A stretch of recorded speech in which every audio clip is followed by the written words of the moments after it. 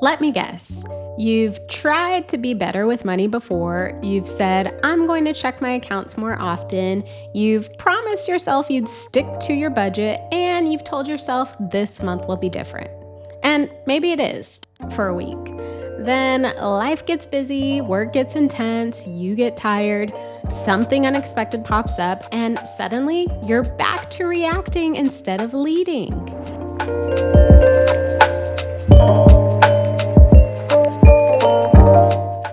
Here's what I want to say gently. It's not that you lack discipline. It's that you lack a routine, because discipline requires energy, but a routine requires structure. And speaking from personal experience, structure wins every time. Today, I am walking you through exactly how to create a weekly money routine that actually sticks.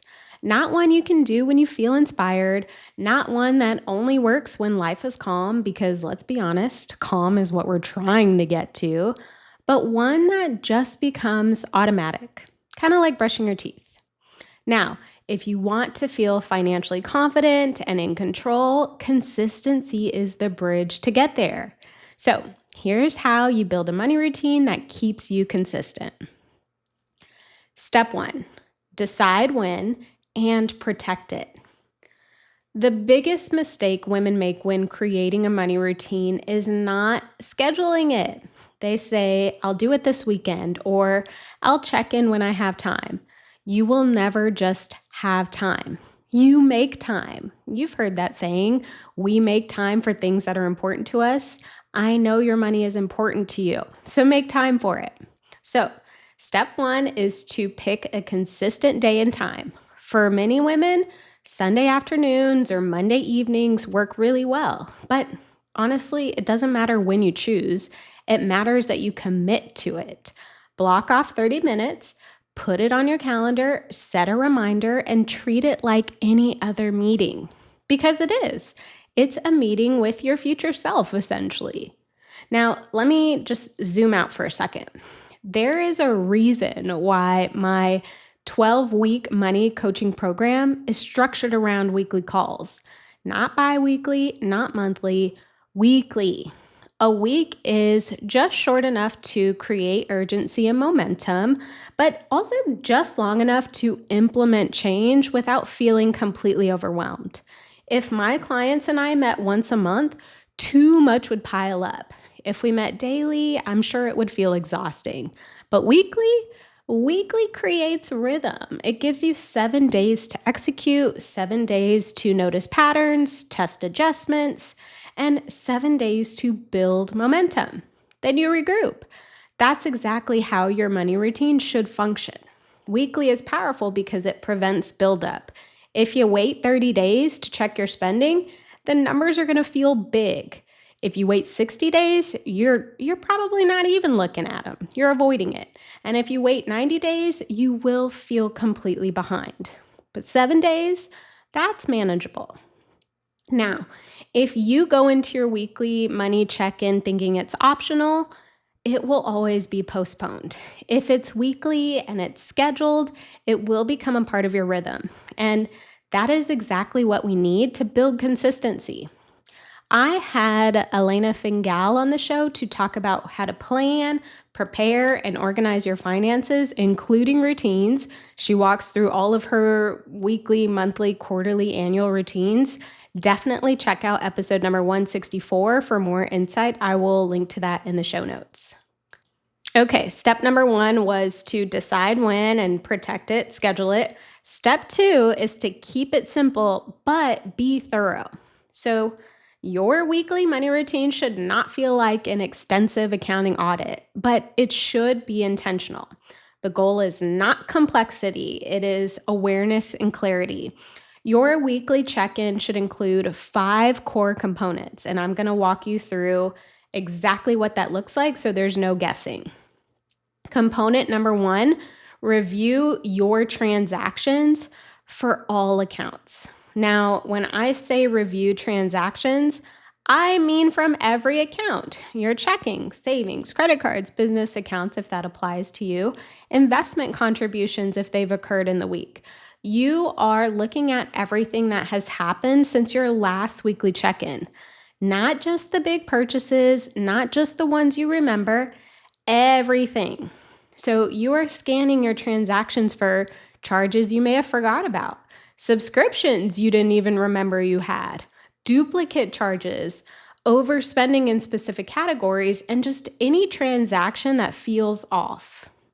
Now, this is not about judging yourself. It is simply about awareness. When you review your transactions weekly, nothing lingers long enough to become a surprise. And let me say this clearly, don't skip accounts because they don't have much activity. Avoidance starts small, so look at every account every time. It usually takes less than 10 minutes when you do it consistently. Okay, component number 2, update your spending categories. So now that you have reviewed all your transactions, categorize them. If you're using a budgeting app, update the app. If you're using a spreadsheet, update the spreadsheet. If you're tracking manually, log it. The point is to assign every dollar spent to a category. You want to see how much you spent in groceries, how much you spent going out to eat, how much you spent in shopping, gas, business expenses, utilities, basically anything that has a cap in your budget. Now, you are not fixing the month in this moment, you're just assessing it, which can help you make better decisions for the next week. If you are over in a category, this is where you decide, do I adjust another category or do I slow down my spending this week coming up? Do I accept this as a one-time spike? Weekly adjustments prevent month-end panic. Okay, component number 3, check account balances. So this kind of goes hand in hand with reviewing transactions, but it's a little bit different. We're just looking at balances. And I think this is where confidence builds. And maybe not right away when you first start, but definitely after you've gotten the hang of your spending. So you're going to look at your checking account balances, savings and sinking fund balances, your emergency fund, investment balances, credit card balances, and you are grounding yourself in reality, not the emotional version of your money, the actual version. When you see your balances weekly, they lose power over you. The numbers simply become data. And if your balances are lower than expected, you adjust early. If they're higher than expected, you make intentional decisions about what to do next. Component number 4 is looking ahead at upcoming expenses. And I think this is the part that most women skip, and I think it's why money can feel reactive sometimes. So as you're looking ahead at upcoming expenses, ask yourself, what bills are due before my next weekly check-in? Are there any irregular expenses coming up? Did I forget about a birthday, a renewal, a trip, or a subscription? Is there a quarterly payment approaching? Pull up your calendar, look at the next 7 to 14 days. This is proactive money management. Instead of you being shocked when something hits your account, you see it coming. And when you see it coming, you feel prepared. Every week when I meet with my clients, the question I ask is, what's coming up in the next week or two that we should be mindful of? It's so important to think ahead. And as simple as it sounds, it's so easy to skip, right? So make sure you're looking ahead at what's coming. And finally, component number 5, adjust intentionally. So by now, you've reviewed your transactions, you've updated your categories, you checked your balances, you kind of looked ahead to see what's coming. You need to make one or two small adjustments, not 10, not a full reset, not a new budget, just a few strategic tweaks based on what you know. So maybe based on what you've seen, you need to pause discretionary spending for a week. Maybe you need to transfer a little bit more to savings or move money between your categories or increase a credit card payment, schedule a transfer to investments. Weekly money routines are not about punishment. They are about steering you towards the direction of your dream life. And the entire weekly routine should take maybe 30 to 40 minutes. If it takes longer consistently, try to find ways to simplify it. If it feels overwhelming, try to find ways to shrink it down, but do not eliminate it. Consistency beats intensity every single time. Okay, so that was essentially what happens during your weekly money routine. Let's talk about how to actually make it stick. So, step three is to pair the routine with something pleasant. And trust me, this matters more than most people think.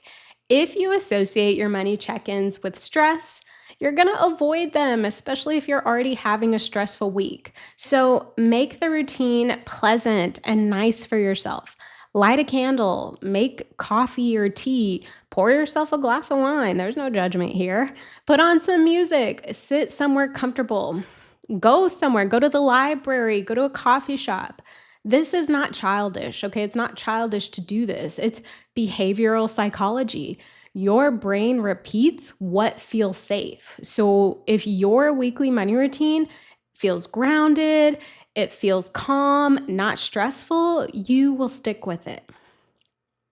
Step number 4, build a daily micro habit, which this is optional, but it's really powerful if you decide to do it.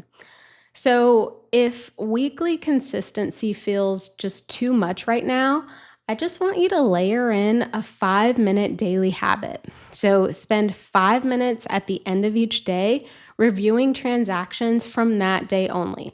Just do a review, pull up your accounts, categorize them if you have time to do so, confirm it's done, and then be done with it. Close the tab, close the app, you're done. When you build daily awareness, weekly reviews become light maintenance instead of like full on cleanup. So, small, consistent touches really do reduce overwhelm. And this is why I personally track every single day. It just keeps everything manageable for me. You don't need to adopt everything at once, but if you struggle with avoidance, I feel like this layer can really help tremendously. Step number 5, and this might be one of the most important steps, decide in advance what happens when you slip up. At some point, you're going to miss a week. And this is not because you're just irresponsible. It's not because you don't care. It's because you're human. Life will get busy. Maybe you'll be on vacation. Work might be demanding more of you right now. Maybe you're just extremely tired this week. Something unexpected will shift your schedule. So, missing a weekly money check in doesn't mean you failed. It means you're living real life. But the difference between women who build long-term consistency and women who feel like they're constantly restarting every single month is not discipline. It is how they respond to the slip. Women who build consistency don't spiral when they miss one check-in. They don't interpret it as proof that they're just bad with money. They don't use it as a reason to avoid their accounts for the next 3 weeks. They simply pick up where they left off. So this is why you have to decide in advance what happens when you slip up. You cannot wait until you're in the moment to determine your response.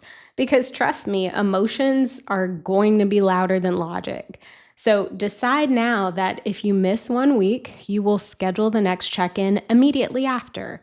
Decide that you will not shame yourself because you missed a week. Decide that you will not wait for the first of the month to start fresh. Your rule is simple. Miss once, return quickly. Consistency is not about perfection. It is about shortening the gap between falling off and getting back on, okay? The faster you return to your structure, the less damage is done, financially and mentally. When you wait too long, avoidance grows. But when you respond quickly, confidence grows.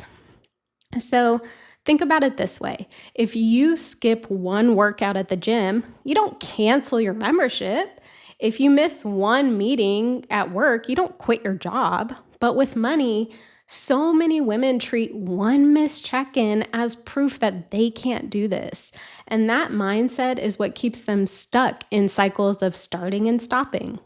So know this, your weekly routine is not fragile. It doesn't disappear because you missed 1 week. It's a system, and systems are meant to be returned to. When you normalize picking up where you left off instead of constantly restarting, you build resilience. And I think resilience can help you turn short-term effort into long-term results. Consistency is not never slipping up. It's about returning quickly and calmly when you do. Okay, step 6, final step. Connect it to your goals. Your weekly money routine shouldn't feel like bill maintenance, okay? It shouldn't just be like, ugh, another thing I have to do for my bills or my money. It should connect to something bigger, your goals, your dream life, your why, essentially. So during this weekly routine, I want you to ask yourself, is my spending aligned with my income goals? Is my savings aligned with my future? Is my lifestyle aligned with my values?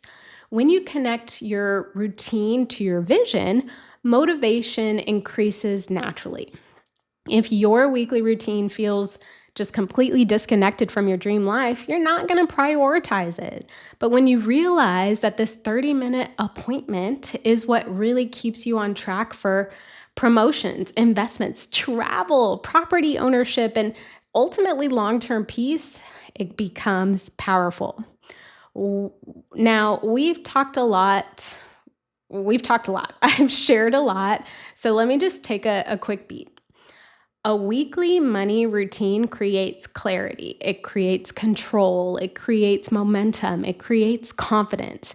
It reduces anxiety. It prevents surprise overdrafts. It catches your leaks early. It builds discipline without force. And most importantly, it makes you someone who leads your money instead of reacting to it. If you have been listening to money podcasts, if you've been reading books, if you've been saving posts on Instagram and you still feel inconsistent, at that point, it might not be a knowledge issue. It might be an execution issue. And execution requires systems. Some women can build those systems alone and on their own. Some women benefit from structure, accountability, and strategic guidance. There's no one right way to do this. If you have tried to build a weekly routine before and it just hasn't stuck, let's fix that. Because trust me, you don't need another budgeting template. You need a structure that fits your life. And that's exactly what we build in my 12-week money coaching program. If you want financial peace, you need financial rhythm, and that rhythm is built weekly. On a free call with me, we will look at your current habits, your income, your goals, your schedule, and we'll talk about what consistency would realistically look like for you. So the link to sign up for a free call with me will be in the show notes, and I hope you take me up on it.